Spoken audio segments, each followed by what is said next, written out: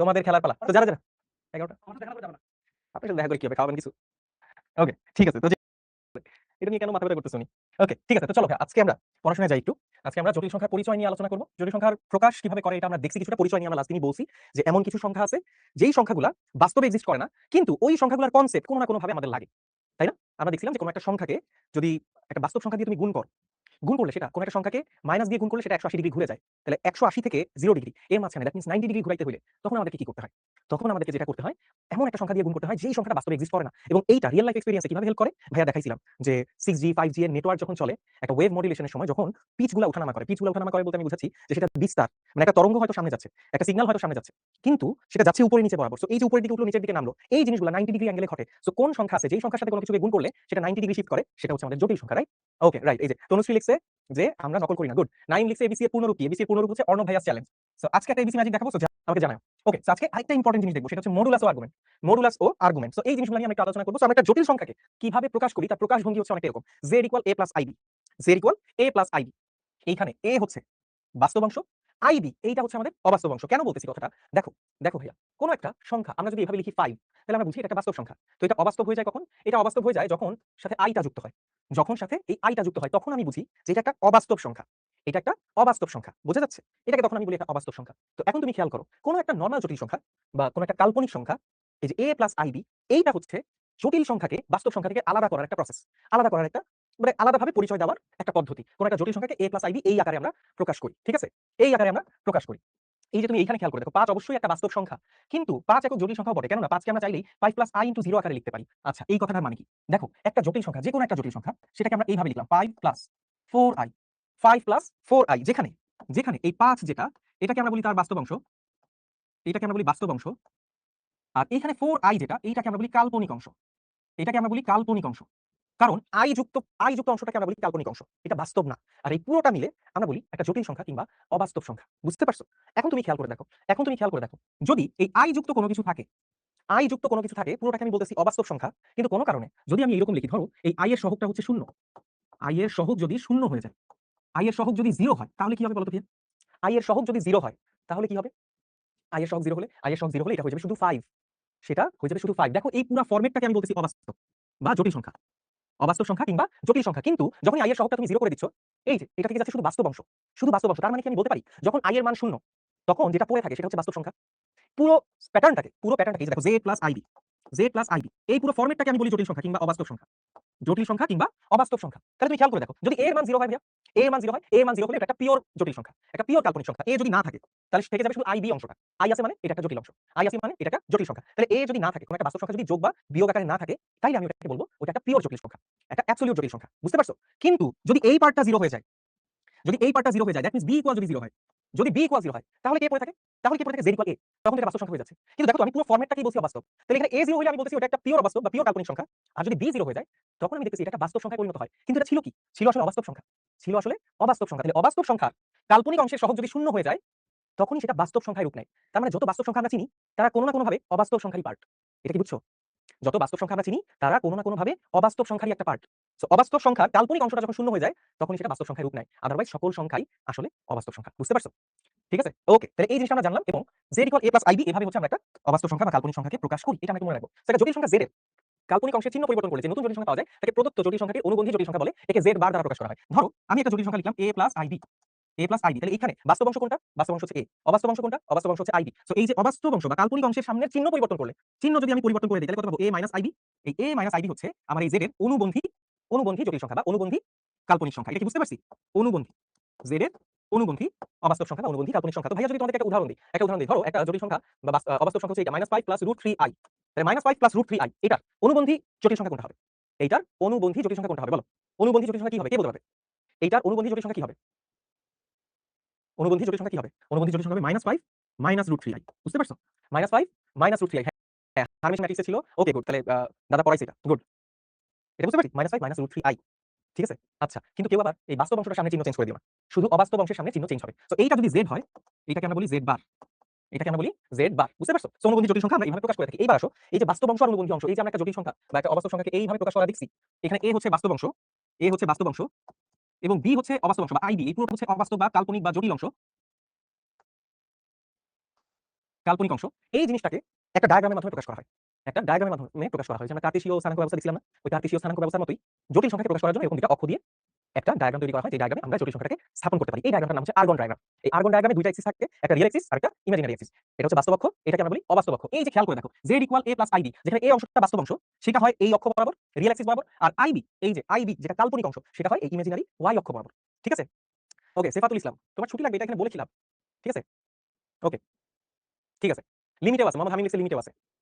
হ্যাঁ, ওকে। সো আশা করি বুঝতে পারছি। সো এখানে খেয়াল করে দেখো, যে z = a + ib, z = a + ib, এই যে এটা যেটা দেখলাম, এখানে এই যে a অংশটা, এটা বাস্তব অংশে বসবে, বাস্তব অংশে বসবে এইটাতে, আর ib এইটা বসবে আমার ইমাজিনারি এক্সিসে বা অবাস্তব অংশটা। বুঝতে পারছো? তাহলে আমি যদি খেয়াল করো, আমি যদি একটা জটিল সংখ্যা নিই, 5 + 3i, তাই এই জটিল সংখ্যাটা দেখতে কেমন হবে? এই জটিল সংখ্যাটা দেখতে হবে, এইটা হচ্ছে মূলবিন্দু, এই মূলবিন্দু থেকে বাস্তব অংশ বরাবর 5 ঘর, মূলবিন্দু থেকে বাস্তব অংশ বরাবর 5 ঘর, এবং মূলবিন্দু থেকে অবাস্তব অংশ বরাবর 3 ঘর। বুঝতে পারছো? বুঝতে পারছো? উপরের দিকে হচ্ছে আমার ইমাজিনারি এক্সিস, উপরের দিকে হচ্ছে কাল্পনিক অক্ষ, আর এই বরাবর x অক্ষ বরাবর হচ্ছে আমার বাস্তব অক্ষ। তাহলে খেয়াল করো, 5 + 3i, এটাকে আমরা কিভাবে প্রকাশ করব? এই যে খেয়াল করো, x অক্ষ বরাবর 5 ঘর, বাস্তব অংশে 5 ঘর, দেন অবাস্তব অংশে 3 ঘর। ভাইয়া কি বুঝাইতে পারছি? এই হচ্ছে সেই পয়েন্টটা, এই হচ্ছে সেই পয়েন্টটা। সো এই যে মূল বিন্দু থেকে যদি আমি এখন এটাকে কানেক্ট করি, মূল বিন্দু থেকে যদি আমি এটাকে কানেক্ট করি, তাহলে এটা দেখতে হবে এইরকম। দেখো, বুঝতে পারছো? এই হচ্ছে আমার সেই জটিল সংখ্যাটা, এই হচ্ছে সেই জটিল সংখ্যাটা 5 + 3i, 5 + 3i। ভাই কি বুঝতে পারছি এটা? 5 + 3i, তাহলে এই 5 হচ্ছে বাস্তব অক্ষ বরাবর, 3 হচ্ছে অবাস্তব অক্ষ বরাবর। তাহলে তুমি আমাকে বলো, যদি -5 + -5 - 3i থাকতো, তাহলে এটা কই হইতো ভাইয়া? -5 - 3i থাকতো, তাহলে কই হইতো? তাইলে ঠিক এই জিনিসটা এইখানে চলে আসতো, তাই না? জাস্ট এইখানে চলে আসতো, তাই কি না? নেগেটিভ x অক্ষ বরাবর বা নেগেটিভ রিয়েল এক্সিস বরাবর 5 একক, এবং নেগেটিভ y এক্সিস বরাবর 3 একক, তাই কি না ভাইয়া? এটা এইখানে চলে আসতো, এইখানে চলে আসতো। এইটা হচ্ছে -5 - 3i। ভাইয়া কি বুঝাইতে পারছি? ভাইয়া কি এটা বুঝাইতে পারছি? কাজী রুবাই, বুঝতে পারো নাই? আবারও বলতেছি, দেখো, কোন একটা জটিল সংখ্যা, সেটাকে বাস্তব অক্ষ বা বাস্তব অংশ প্লাস অবাস্তব অংশ দিয়ে আমরা প্রকাশ করি, বাস্তব অংশ অবাস্তব অংশ দিয়ে প্রকাশ করি। তাহলে বাস্তব অংশে যেটা থাকবে, মানে i ছাড়া যেটা আছে, i ছাড়া যেই অংশটা আছে, সেটাকে আমরা বাস্তব অক্ষে আঁকবো, x অক্ষ বরাবর আঁকবো। আর অবাস্তব অংশ যতটুকু আছে, এই যে 3i, তাহলে ইমাজিনারি অক্ষ বরাবর আমি 3 ঘর যাব। অবাস্তব অক্ষ কোন বরাবর? এই y অক্ষ বরাবর। তাহলে y অক্ষ বরাবর আমরা 3 ঘর যাব। ভাইয়া কি এটা বুঝাইতে পারছি? ভাইয়া কি এটা বুঝাইতে পারছি? ওকে, ওকে, ঠিক আছে। তাহলে তুমি এখন খেয়াল করে দেখো, এখন খেয়াল করে দেখো, এই যে বিন্দুটা আর এই যে বিন্দুটা, এই দুইটা পয়েন্ট হচ্ছে আর্গন ডায়াগ্রামে, এই দুইটা পয়েন্ট, মানে এই পয়েন্টের কথা যদি বলি, এই পয়েন্ট হচ্ছে আর্গন ডায়াগ্রামে এই অবাস্তব সংখ্যার পজিশন। আমি কি বুঝাইতে পারছি? আমি কি বুঝাইতে পারছি? তাহলে এই যে বিন্দুটা তুমি দেখতে পাচ্ছ, এই বিন্দুটা কি? এই বিন্দুটা হচ্ছে অবাস্তব ডায়াগ্রামে বা আর্গন ডায়াগ্রামে এই যে -5 - 3i, এই অবাস্তব এই কাল্পনিক সংখ্যার অবস্থান। এটা কি ভাইয়া বুঝাইতে পারছি কথাটা? মান কি? রেখাটা নাকি বিন্দুটা? না, রেখাটা হচ্ছে মান, আর বিন্দুটা নির্দেশ করে আর্গন ডায়াগ্রামে তার অবস্থান। এই বিন্দুটা কোথায় আছে? মানে এইখানে তো অসংখ্য অবাস্তব সংখ্যা থাকতে পারে। সো কোন অবাস্তব সংখ্যাটা কোথায় আছে, সেটা হচ্ছে এই বিন্দুটা দিয়ে প্রকাশ করা হয়। আর মূল বিন্দু থেকে এই পর্যন্ত যেটা আমরা যাই, এই দূরত্বটা হচ্ছে সেই অবাস্তব সংখ্যার মূল বিন্দু থেকে দূরত্ব। ঠিক আছে? ভাই i মানে কি আয়োটা নাকি ইমাজিনারি? ভাই i মানে হচ্ছে ইমাজিনারি, ওটাকে বলা হয় আয়োটা। ধরো ব্যাপারটা অনেকটা এইরকম, যে রাকিব মানে কি মানুষ না ছেলে? না, রাকিব মানে হচ্ছে মানুষ, রাকিব দিয়ে বোঝা যায় ওটা একটা মানুষ। আর রাকিব নামটা হচ্ছে, মানে রাকিব দিয়ে বোঝা যায় ও একটা ছেলে। বুঝতে পারছো? মানে উদাহরণটা ভালো হয়নি, বা আমি যেটা বলতে পারি, তোমার নাম দিয়ে আসলে তোমার জেন্ডার হয়তো বোঝা যায়, কিন্তু তোমার নাম তো তোমার আইডেন্টিটি। সো এই i আছে, এখানে i আছে, i ফর আয়োটা। এই i কে আয়োটা নামে ডাকা হয়। এখানে যে i টা আছে, এটাকে আয়োটা নামে ডাকা হয়। এটার ফুল ফর্মটা হচ্ছে আয়োটা। এবং এই i থাকলে কি বুঝি? i থাকলে বুঝি যে ওটা একটা অবাস্তব সংখ্যা বা জটিল সংখ্যা। বুঝছো? বুঝছো ভাইয়া কি এটা বুঝাইতে পারছি? এখন তুমি আমাকে একটা কথা বলো, তুমি আমাকে একটা কথা বলো, এই যে 5 + 3i, এই যে 5 + 3i, ভাইয়া যে এটা লেখা হয়, এটার ফুল ফর্মটা হচ্ছে আয়োটা। এবং এই i থাকলে কি বুঝি? i থাকলে বুঝি যে ওটা একটা অবাস্তব সংখ্যা বা জটিল সংখ্যা। বুঝছো? বুঝছো ভাইয়া কি এটা বুঝাইতে পারছি? এখন তুমি আমাকে একটা কথা বলো, তুমি আমাকে একটা কথা বলো, এই যে 5 + 3i, এই যে 5 + 3i, ভাইয়া যে এটা লিখছিলাম প্রথমে, এই যে 5 + 3i, ঠিক আছে? আর আমি ধরলাম এটা হচ্ছে z প্রাইম, যেটা -5 - 3i, তাহলে এটা হচ্ছে z প্রাইম আর এটা হচ্ছে z, তাই কি না? তাহলে খেয়াল করো, z যে জটিল সংখ্যাটা আছে 5 + 3i, এইটা মূল বিন্দু থেকে কত দূরে আছে? মূল বিন্দু থেকে খেয়াল করে দেখো তো, এই যে এটা না তার মূল বিন্দু থেকে দূরত্ব ভাইয়া, এই পুরাটা না তার মূল বিন্দু থেকে দূরত্ব, আর -5 - 3i এই পুরাটা তার মূল বিন্দু থেকে দূরত্ব, তাই কি না? এটা কি বুঝছো? এটা কি বুঝো নাই? এটা কে লিখছে? হ্যাঁ, i হলো ইমাজিনারি নাম্বার এবং i এর নাম হচ্ছে আয়োটা। হ্যাঁ, কাজী রুবাই, ঠিক আছে, ঠিক আছে।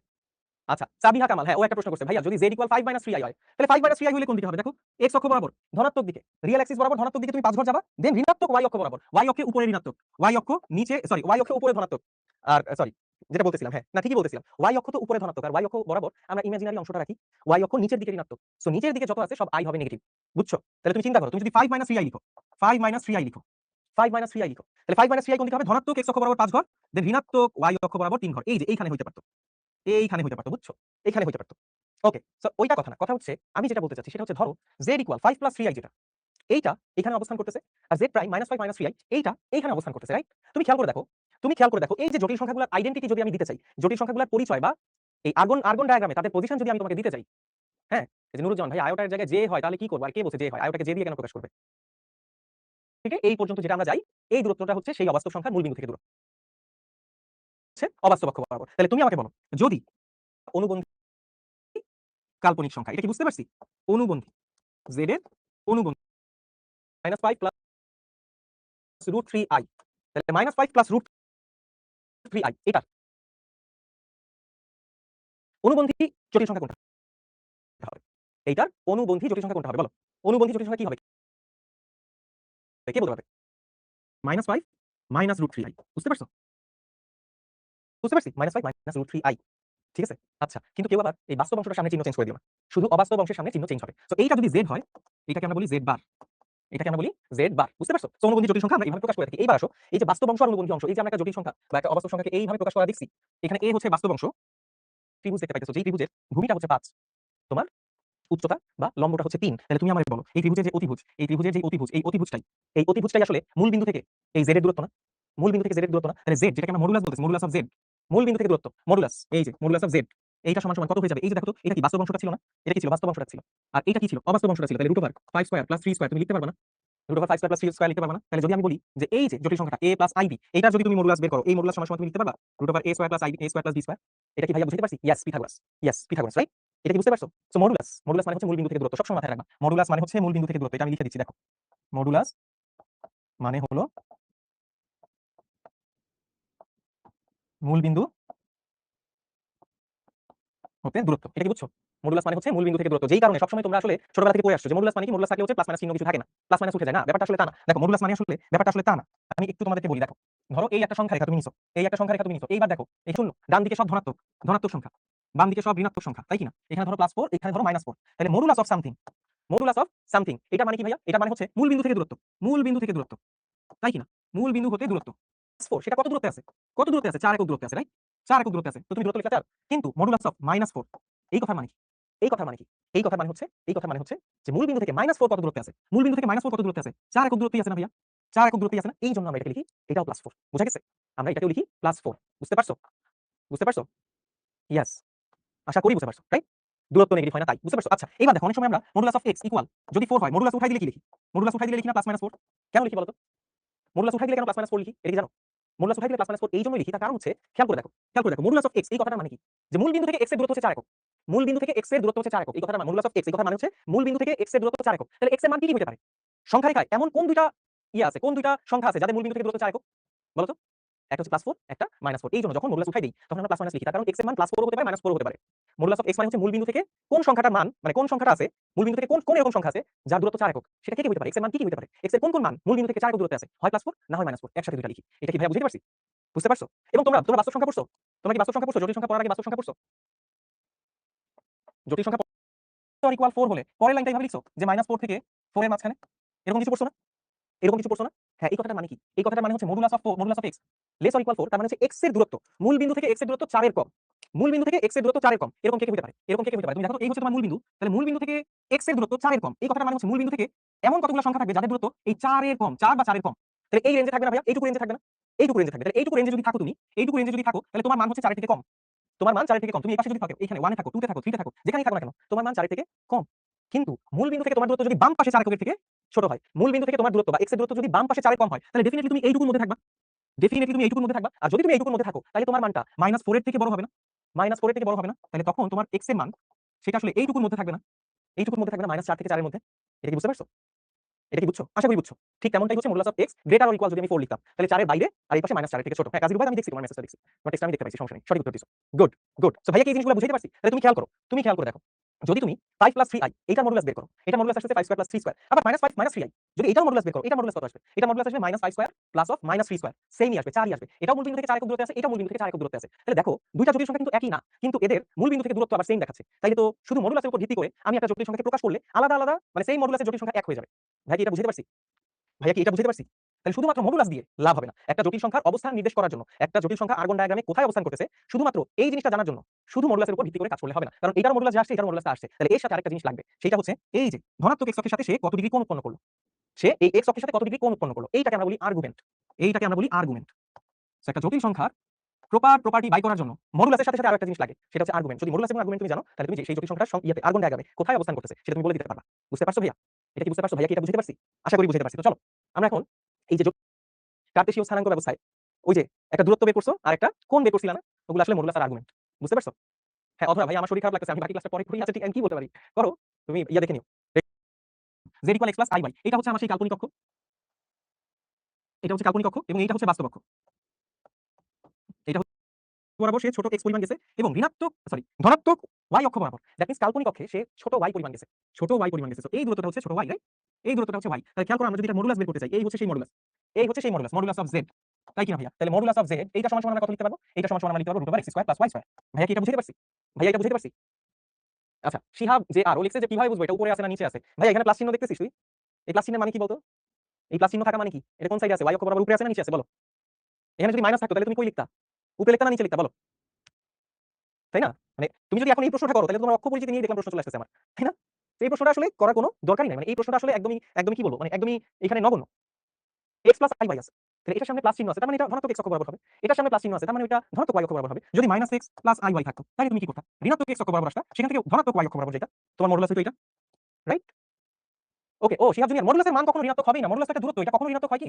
এটা কখনো ঋণাত্মক হয় না। ধরো কথার কথা, z = -5 3 whole square, sorry 3i তো হবে না, i দিয়ে বুঝাই ওটা y অক্ষ বরাবর গেছে, মানে কাল্পনিক অক্ষ বরাবর গেছে, তাহলে তার সহগটা হচ্ছে -3, সেটাকে স্কয়ার করে দিবা। বুঝতে দেখো ঘুরে ফিরে একই জিনিস আসছে না? 5 স্কয়ার প্লাস 3 স্কয়ারই আসছে না? 5 স্কয়ার প্লাস 3 স্কয়ার, 3i কেন লিখতেছি? 3 স্কয়ারই আসছে না? আসবে, তার কারণ দেখো ভাইয়া, এই যে তুমি এই গ্রাফটার দিকেই তাকাও, এই গ্রাফটার দিকেই তাকাও। দেখো তোমার মানে সেম ত্রিভুজটাই এখানে রিপিট হইছে না? সেম ত্রিভুজটাই এখানে রিপিট হইছে না? এই যে দেখো 5 একক ভূমি আর 3 একক লম্ব। সেম ত্রিভুজ দেখো, 5 একক ভূমি 3 একক লম্ব। তো ত্রিভুজের অতিভুজের মানে কোনো চেঞ্জ হবে? অতিভুজের মানে কোনো চেঞ্জ হবে? এখানে অতিভুজটা যত বড় এখানে তত বড়ই হবে না? তাই না? আমি আসলে যখন দূরত্ব বের করতেছি, তো এটা তো একে তো এটা একটা স্কেলার রাশি। তার মধ্যে এইটা আবার একই ত্রিভুজের অতিভুজ। তো একটা ত্রিভুজ তুমি এমনি রাখো, না রেখে উল্টায় ঘুরায় তুমি এখানে নিয়ে আসো। একই ত্রিভুজ না? অতিভুজ সেমই হবে না? ভাই বুঝতে পারছি এটা? আশা করি বুঝাইতে পারছি। ঠিক আছে। তো চলো। তো এখন আমরা দেখব যে কোন অক্ষে, কোন অক্ষে ধরো কথার কথা আমি যদি এখন আরেকটা জটিল সংখ্যা তোমাকে দেখাই, x - x + iy, -x + iy, তাহলে এটা x অক্ষ বরাবর বামে গেছে, y অক্ষ বরাবর উপরে গেছে। তাইলে এই হচ্ছে সেই জটিল সংখ্যাটা বা এই হচ্ছে তার মডুলাস। ভাই কি বুঝতে পারছি? এখন মডুলাস যদি সেম হয়, একটা জায়গায় সেম না, সেটা কি? এই যে দেখো, প্রথমটা যত কোণ উৎপন্ন করছিল, পরেরটা সেম কোণ উৎপন্ন করে নাই। কোণটা চেঞ্জ হচ্ছে। ভাই কি বুঝতে পারছি? কোণটা চেঞ্জ হইছে।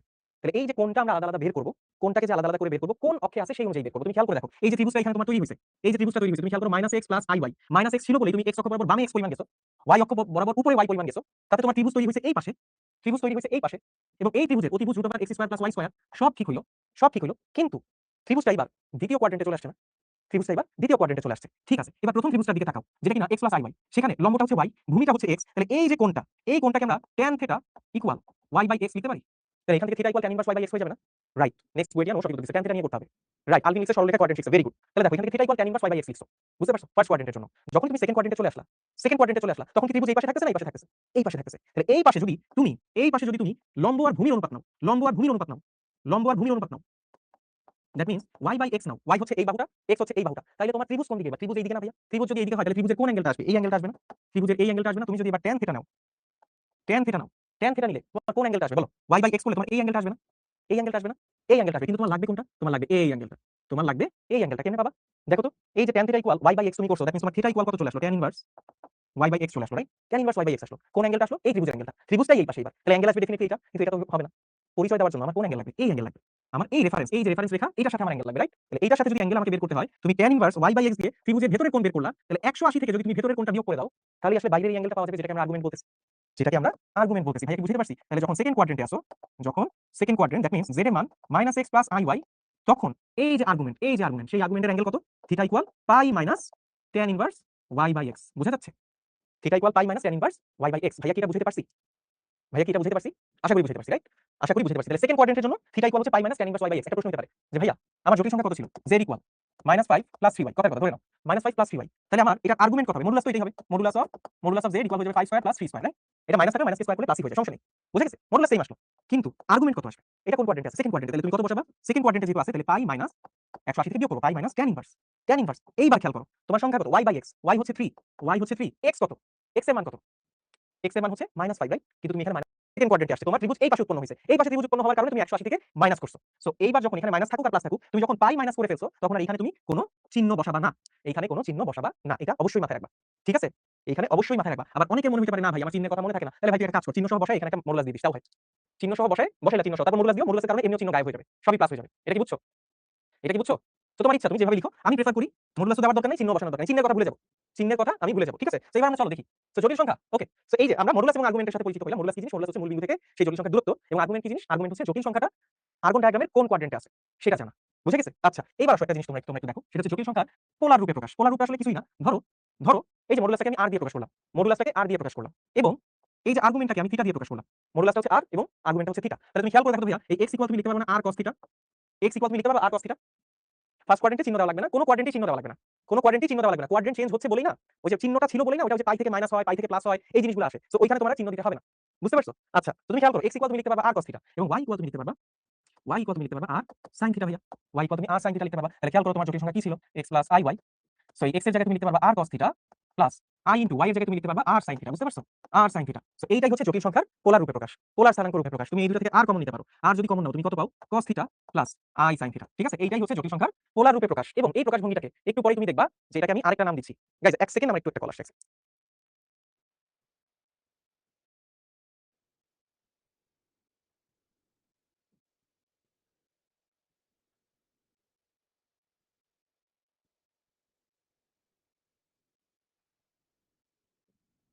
হ্যাঁ, আমার মা কল দিছিল একটু, হ্যাঁ? ঠিক আছে, চলো। সো ভাইয়া যেটা বলতেছিলাম r cos sin cos theta plus i sin theta, এই ফরম্যাটটাকে আমরা বলি জটিল সংখ্যার পোলার রূপ। এইবার একটু খেয়াল করো। এই যে ফরম্যাটটা তুমি দেখতে পাচ্ছ, এই ফরম্যাটটার আরেকটা প্রকাশভঙ্গি হচ্ছে e two the power i theta. e two the power i theta, এইটাকে আমরা বলি অয়েলার ইকুয়েশন। অয়েলার ফর্মে প্রকাশ করা। এই অংশটা i, এই যে cos theta plus i sin theta, এই অংশটাকে লেখা যায় e two the power i theta. এই প্রকাশভঙ্গিটাকে আমরা বলি অয়েলারের ফর্মেশন, অয়েলার সমীকরণ বলি। অয়েলার নামের একজন বিখ্যাত গণিতবিদ ছিলেন, যিনি কিনা এই জটিল সংখ্যা নিয়ে হিউজ কাজকর্ম করছেন। সো এইটাকে আমরা বলি অয়েলারের ইকুয়েশন। ইংলিশে যদি লিখি এইভাবে লিখি, অয়েলার্স ইকুয়েশন।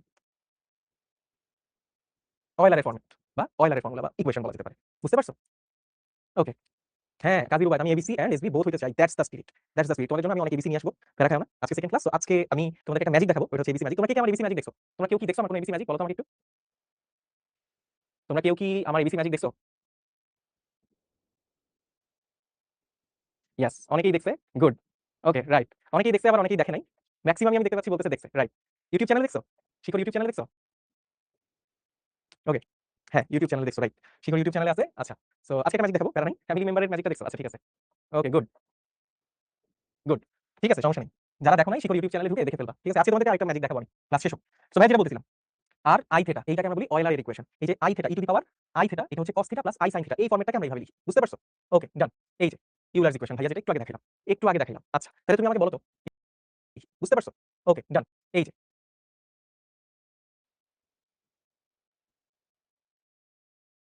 ভাইয়া কি বুঝাইতে পারছি? তাহলে যখন second quadrant,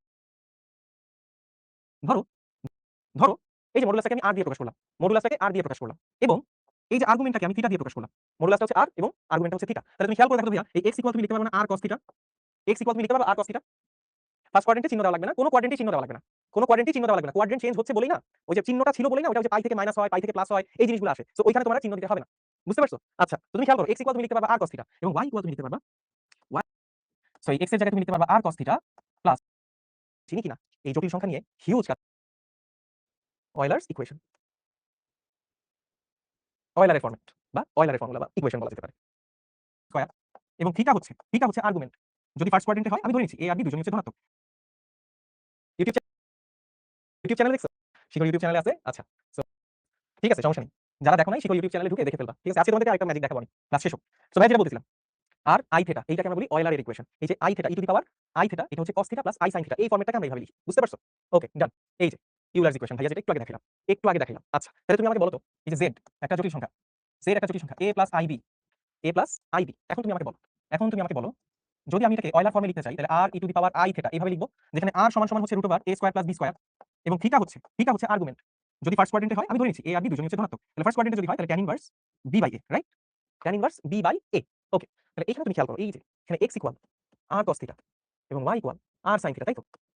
r sin theta. তুমি একটা জিনিস খেয়াল করে দেখো তো, যদি তুমি 1 বসাও, আর থিটা সমান যদি তুমি পাই বসাও, r ইকুয়াল যদি 1 বসাও এবং থিটা সমান যদি তুমি পাই বসাও, তাহলে কি হয়? বলো তো?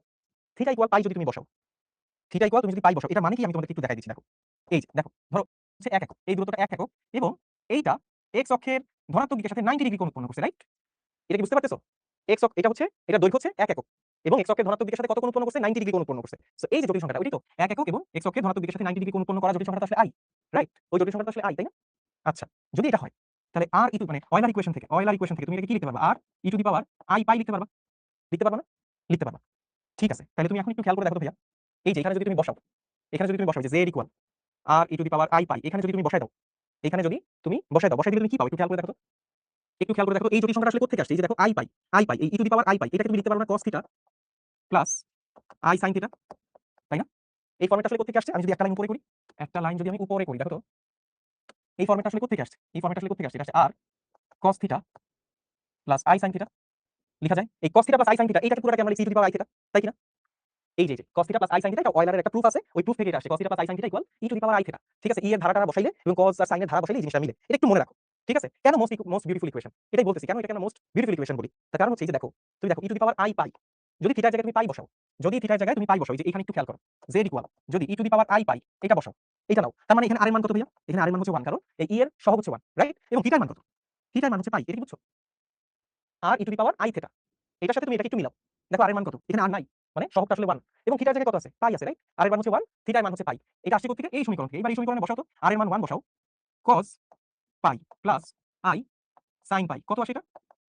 কত আসে এটা? কত আসে এটা বলো তো? cos পাই এর মান কত ডিগ্রি ভাইয়া? সরি, cos পাই এর মান তো কত ডিগ্রি না, cos পাই এর মান কত?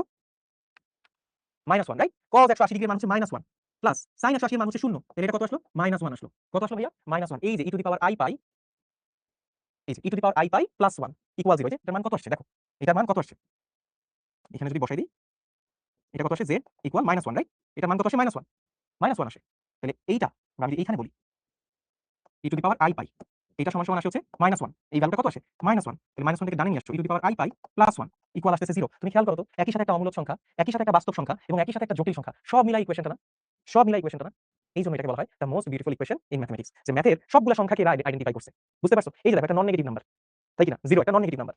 এই যে দেখো বাস্তব সংখ্যা, 0 বাস্তব সংখ্যা, পাই, ই ইরেশনাল নাম্বার, অমূলক সংখ্যা এবং আই মূলক সংখ্যা, অমূলক সংখ্যা এবং কাল্পনিক সংখ্যা, সবগুলো একসাথে আছে। এই জন্য এটাকে বলা হয় the most beautiful equation in mathematics. এইবার তোমাদেরকে একটা জিনিস বলি, দেখো, আচ্ছা এটা নিয়ে আমি লাস্টে বলবো, এটা নিয়ে আমি লাস্টে বলবো, e to the power i pi equal -1, এটা নিয়ে আমি তোমাদেরকে লাস্টে একটা কথা বলবো। সো খেয়াল করো, আমরা কিছু জিনিসপত্র দেখলাম, কার্টেসীয় প্রতিরূপ দেখলাম, পোলার প্রতিরূপ দেখলাম, অয়লার ফর্ম দেখলাম এবং অয়লার ফর্ম থেকে এই জিনিসটা আমরা একটু মনে রাখবো, z ইকুয়াল যদি r e to the power i theta হয়, তাহলে z কে পাওয়ার করলে z to the power n equal হয়ে যাবে r to the power n e to the power i n theta. বুঝতে পারছো? E to the power i n theta, এই যে পাওয়ার যত হবে, r এর পাওয়ার তত হবে, এই থিটার সামনে সেটা গুণ হয়ে যাবে পাওয়ারে। বুঝতে পারছো? বুঝতে পারছো? z to the power n equal r to the power n into E to the power i into n theta. ঠিক আছে? হ্যাঁ, এসএস নিব সরেন, ওরে বাবা, তো কমান্ডিং ভয়েসে লিখছে। হ্যাঁ, সহগে সহগে গুণ হবে আরকি, রাইট? রজত ক্রান্তিতে লিখছে সহগে সহগে গুণ হবে। ওকে, বুঝতে পারছি ভাইয়া? এই যে দেখো, এটাকে ভাঙলে এভাবে লেখা যায়, z to the power n equal r to the power n cos n theta plus i sin n theta. এটাকে বলা হয় ডি ময়ভার্সের থিওরাম। ডি ময়ভার্স থিওরাম, ঠিক আছে? কি বলি ভাইয়া? De Moivre theorem. এই থিওরাম অনুযায়ী একটা জটিল সংখ্যাকে কয়েকবার গুণ করছে, গুণ করে বারবার দেখছে যে তাকে যতবার গুণ করা হয়েছে তার মডুলাস ততবার গুণ হয়েছে, আর তার যে থিটা আর্গুমেন্ট ততবার গুণ হয়েছে, ততবার গুণ হয়েছে। আচ্ছা, আগের এটা দেখতে চাও না তাড়াতাড়ি? আগের এটা দেখতে চাও? ভাগ আকারে আছে, দুইটা জটিল সংখ্যা ভাগ আকারে আছে। একটা জটিল সংখ্যার স্ট্যান্ডার্ড ফরম্যাট তো আমরা এটা লিখছি, z equal a plus ib। আমরা স্ট্যান্ডার্ড ফরম্যাট এটা লিখছি না, z equal a plus ib। হুম, রাকিব হাসান ভাইয়া গোল্ডেন রেশিও সম্পর্কে আমাদের বিস্তারিত বললেন। আচ্ছা, তোমাদেরকে আমি দিব না গোল্ডেন রেশিও সম্পর্কে কিছু জিনিসপত্র পরে বলবো না। Okay, so z equal a plus ib, তার মানে এইখানে একটা বাস্তব অংশ থাকবে আর এইখানে একটা অবাস্তব অংশ থাকবে, রাইট? এইটাতে আমরা প্রকাশ করব। প্রকাশ করার জন্য আমরা শুরুতেই যেটা করব ভাইয়া, 5 প্লাস 2i, দেখো নিচে যেটা আছে, নিচে যেটা আছে এটার অনুবন্ধী দিয়ে উপরে নিচে গুণ করব। নিচে যেটা আছে সেটার অনুবন্ধী দিয়ে উপরে নিচে গুণ করব, অনুবন্ধী দিয়ে উপরে নিচে গুণ করব, তাহলে করো কত হয়? নিচে আছে 4 মাইনাস 3i, তাহলে কত দিয়ে গুণ করবা? 4 প্লাস 3i, 4 প্লাস 3i। অনুবন্ধী দিয়ে গুণ করবা, কেন গুণ করবা? কেন গুণ করবা? তার কারণ এখন যদি অনুবন্ধী দিয়ে গুণ করো, এখানে দেখো তো a মাইনাস b আর a প্লাস b গুণ অবস্থায় আছে না? a minus b into a plus b, তাহলে এটা a square minus b square এইভাবে লেখা যায়, a square minus b square. উপরে কত থাকে? উপরে তুমি নরমাল গুণ করে দাও, 4 5 20, 3 5 15i, 4 2 8i plus 3 2 6i square. খেয়াল করে দেখো ভাইয়া, খেয়াল করে দেখো, এই যে অনুবন্ধী দিয়ে যখন গুণ করছো a square minus b square, ঠিক পরের লাইনটা দেখো তো, এটা 4 স্কয়ার, 3k স্কয়ার করলে বা 4k স্কয়ার করলে 16, 3k স্কয়ার করলে 9, আর i k স্কয়ার করলে কি হবে? i k স্কয়ার করলে মনে আছে i এর স্কয়ার সমান সমান কত? i স্কয়ার সমান সমান -1। তাহলে দেখো তো তুমি এটা লিখতে পারবা -9, -9 সামনে একটা মাইনাস লেখা যাবে। তাহলে দেখো তো নিচ থেকে জটিল সংখ্যাটা সরাই দেওয়া পসিবল হয়েছে। জটিল সংখ্যাটা সরাই দিলাম, উপরে কত থাকে? উপরে থাকে দেখো 20 প্লাস 23i মাইনাস 6। বুঝতে পারছো? -6। তাহলে তার পরের লাইনে তুমি লিখতে পারবা, নিচে দেখো তো 16 যোগ 9, বা আমরা লিখতে পারবো 25, 25। দেখো তো নিচেরটার অনুবন্ধী দিয়ে গুণ করলে কি হয়?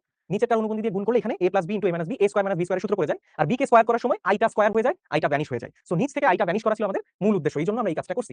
এবার তুমি দেখো উপরে তোমার কত আসে? উপরে আসে হচ্ছে 14 যোগ 23i। বুঝতে পারছো ভাইয়া? এবার তুমি খেয়াল করে দেখো, এবার যদি তুমি ভগ্নাংশ আলাদা আলাদা করে দাও, 14/25 প্লাস 23/25i, এই যে দেখো a আর b এই আকারে প্রকাশ করা হয়ে গেল, a প্লাস ib আকারে প্রকাশ করা হয়ে গেল। এটা কি ভাইয়া বুঝাতে পারছি? এটা কি ভাইয়া বুঝাইতে পারলাম? আচ্ছা, আশা করি পারছি। চলো পরেরটা দেখি। পরেরটায় কিউব আছে ভাইয়া। কিউব আছে, তাহলে আগে একটা কাজ করি। কিউবের সূত্রে ভেঙে ফেলি প্রথমে। চলো কিউবের সূত্রে ভেঙে ফেলে কত হবে? 1 প্লাস আই, 1 প্লাস আই। কিউবের সূত্রে ভেঙে ফেলি, তাহলে 1 plus i into a square minus minus b into into into a square plus a b plus b square. তাহলে কত থাকে? উপরে থাকে হচ্ছে 1 প্লাস আই ইন্টু, এখানে কত থাকে দেখো তো? 1 মাইনাস আই মাইনাস 1 না? বুঝতে পারছো? এটা থাকে না? নিচে কত থাকে? 1 মাইনাস আই ইন্টু, খেয়াল করো তো, 1 প্লাস আই মাইনাস 1 থাকে না? বোঝা যাচ্ছে? ওকে, আগের পেজে ফর্মুলা আরেকটা আছে, অ্যান্সার কি একই আসবে? কিউবের ফর্মুলা তো আরেকটা আছে। হ্যাঁ, অ্যান্সার সেমই আসবে, সমস্যা নেই, প্যারা নেই। দেখো, ওকে, না ওইটা তো মনে হয় তুমি এ কিউব প্লাস বি কিউবের ফর্মুলার কথা বলতেছো কি? এ কিউব প্লাস বি কিউবের formula a plus b whole square, a plus b whole cube minus 3ab into a plus b, ওটার কথা বলতেছো? ওকে, ঠিক আছে। দেখো, সো এখানে খেয়াল করে দেখো, এখানে কত থাকতেছে তোমার? 1 প্লাস আই ইনটু, দেখো তো ভাইয়া এখানে থাকে কিনা মাইনাস আই, প্লাস 1 মাইনাস 1 কাটা, মাইনাস আই থেকে যায় নিচে হচ্ছে 1 মাইনাস আই। এখানে কত থাকে? প্লাস 1 মাইনাস 1 কাটা, শুধু আই থাকে না? শুধু আই থাকে না? তাহলে তুমি আসলে শেষ পর্যন্ত কি পাচ্ছ? এই যে মাইনাস আই প্লাস আই কাটা গিয়ে এখানে শুধু মাইনাসটা থাকবে, এখানে থাকবে শুধু মাইনাসটা। সো তুমি পাবা minus 1 plus i divided by 1 minus i. বুঝতে পারছো ভাইয়া? Minus 1 plus i divided by 1 minus i. এইবার দেখো তো বাকিটা একটু আগে যেভাবে করছি সেভাবেই হবে না? একটু আগে যেভাবে করছি সেভাবেই হবে না? চিন্তা করে দেখো তো কি করবা? উপরে নিচে অনুবন্ধী দিয়ে গুণ করবা। সো মাইনাস ওটা থেকে যায় 1 প্লাস আই, 1 নিচেরটা কত? 1 মাইনাস আই, তাহলে ওইটার অনুবন্ধী হচ্ছে 1 প্লাস আই। ডান, 1 minus i into 1 plus i. Okay, so এখানে কত থাকতেছে? এখানে কত থাকতেছে? Minus 1 plus i whole square. নিচে কত থাকতেছে? 1 square minus i square. Okay, উপরে আবারও ফর্মেটে ফেলে দাও। ফর্মেটে তো না, সূত্রে ফেলে দাও। সূত্রে ফেলে দিলে কি হবে? 1 স্কয়ার প্লাস, বা আমি স্কয়ারটা ছাড়াই লিখি, a plus 2ab, a square plus 2ab plus b square. নিচে কত আসতেছে? 1 মাইনাস অফ মাইনাস 1, তাহলে কত থাকে ভাইয়া? কত থাকে? Minus 1 plus 2i minus 1, right? I স্কয়ারের মান মাইনাস 1, নিচে থাকতেছে প্লাস 2। সো তুমি আলটিমেটলি পাচ্ছ minus of 2i divided by 2, 2 কাটাকাটি করে দিলে answer minus i. Answer minus i. ভাইয়া কি বুঝাইতে পারছি? তো a প্লাস আই দিয়ে যদি প্রকাশ করি, দেখো a এর মানটা 0 আসছে, a এর মানটা 0 আসছে, i এর সামনে কিছু নাই, রাইট? কোন একটা সংখ্যা প্লাস মাইনাস নাই, তাহলে a এর মান আসছে 0, b এর মান কত আসছে বলো তো? b এর মান আসছে মাইনাস 1। দেখো তো মাইনাস আই এর ক্ষেত্রে আমরা এই কথাটা বলতে পারবো? মাইনাস আই মানে কি? 0 মাইনাস আই, এভাবে চিন্তা করতে পারি। z ইকুয়াল 0 মাইনাস আই, তাহলে a এর মান কত? a এর মান 0, b এর মান কত? b এর মান মাইনাস 1, b এর মান মাইনাস 1। ভাই বুঝতে পারছি? ফিউচার ডিএনসিয়ান, উপরের অনুবন্ধী হয় না কেন? উপরের অনুবন্ধী দিয়ে লাভ কি? আমি নিচ থেকে আই সরাইতে চাই, নিচের থেকে আমি আই সরাই দিতে চাই। নিচে থেকে আই সরানোর জন্য নিচেরটার অনুবন্ধী যদি গুণ করি, তাহলে ওখানে a minus b into a plus b, that means a square minus b স্কয়ারের সূত্র বসে যখন আই স্কয়ার হয়ে যায়, আই স্কয়ারের মান মাইনাস 1 বসানো যায়, নিচ থেকে আই ভ্যানিশ হয়ে যায়, উপরে আই থাকুক। ওকে, রাইট, ফুল ক্লিয়ার। এবিসি কে লিখছে এটা? শাবাশ, অনেকেই লিখছে। কানিজ ফাতেমা ও লিখছে সূত্র ভুল হয়েছে। তুমি সঠিক সূত্র দিয়ে করো, তুমি সঠিক সূত্র দিয়ে করো, সূত্রে কোনো ভুল হয় নাই। ঠিক আছে, ওকে, ঠিক আছে। এইবার আসো, এইটা a প্লাস আইবি হলে a এর মান কত? দেখি একটা পোল কোশ্চেন দিই, দেখি কে পারে। এইটা আচ্ছা না, পরেরটা দিব না। a প্লাস আইবি হলে a এর মান কত? তাহলে এটাকে আগে আমরা ভাঙাই, এটাকে আগে ভাঙাই, এটাকে আসলে এই ফরম্যাটে ভাঙাই। তাহলে কত করতে হবে? 2 plus I into 2 minus i. বুঝতে পারছো ভাইয়া? উপরে নিচে, নিচেরটার অনুবন্ধী দিয়ে গুণ করছি, নিচে হবে 2 স্কয়ার মাইনাস আই স্কয়ার, উপরে কত হচ্ছে? উপরে হচ্ছে 4 মাইনাস 4 মাইনাস 3 মাইনাস 4 আই, আর নিচে আসবে হচ্ছে 4 plus 1, that means 3/5 minus 4/5 I. তাহলে a এর মান কত? a এর মান কত? a এর মান কত? a এর মান কত আসছে? 3/5, a এর মান আসছে 3/5। পারবা না? a এর মান আসছে 3/5, সি হবে অ্যান্সার। ঠিক আছে, চলো এবার আসো পরম মান, বা a এর মান কত? a এর মান কত আসছে? 3/5, a এর মান আসছে 3, দ্যাট মিন্স 3/5 মাইনাস 4/5 আই। তাহলে a এর মান কত? a এর মান কত? a এর মান কত? a এর মান কত আসছে? 3/5, a এর মান আসছে 3/5। পারবা না? a এর মান আসছে 3/5, সি হবে অ্যান্সার। ঠিক আছে, চলো এবার আসো পরম মান বা অ্যাবসলিউট মান কত? a এর মান কত আসছে? 3/5, a এর মান আসছে 3/5। পারবা না? a এর মান আসছে 3/5, সি a square plus b square, তাই কিনা? Root over a square plus b square, যেটা কিনা মূল বিন্দু থেকে দূরত্ব, মূল বিন্দু থেকে দূরত্ব, মূল বিন্দু হতে দূরত্ব হয়, তাহলে তার মডুলাস বা পরম মান, যেটাকে আমরা বলি মূল বিন্দু থেকে দূরত্ব, সেটা হয় root over a square plus b square. বা এটার ক্ষেত্রে, এই যে এটার ক্ষেত্রে root over x square plus y square, এইটাকে আমরা r দিয়ে প্রকাশ করি, এটাকে আমরা r দিয়ে প্রকাশ করি, এটাকে r দিয়েও লেখা হয়। সো r থাকুক, মডুলাস অফ z থাকুক, যেটাই থাকুক না কেন তুমি আশা করি বুঝবা। ঠিক আছে, হুম, ওকে, রাইট। এই যে তকিবুল ইসলাম হবে আগের অঙ্ক, কোনটা বলতেছো? কোনটার কথা বলতেছো তকিবুল? এখান থেকে ফুল সিকিউ আসবে অবশ্যই। আসমিনা, তুমি কি লাস্ট ক্লাস করছো? তুমি যে লিখতেছো, এটার আগেরটা কি সমস্যা? এটার আগেরটা কি সমস্যা ভাইয়া? তুমি যে লিখতেছো, এটার আগে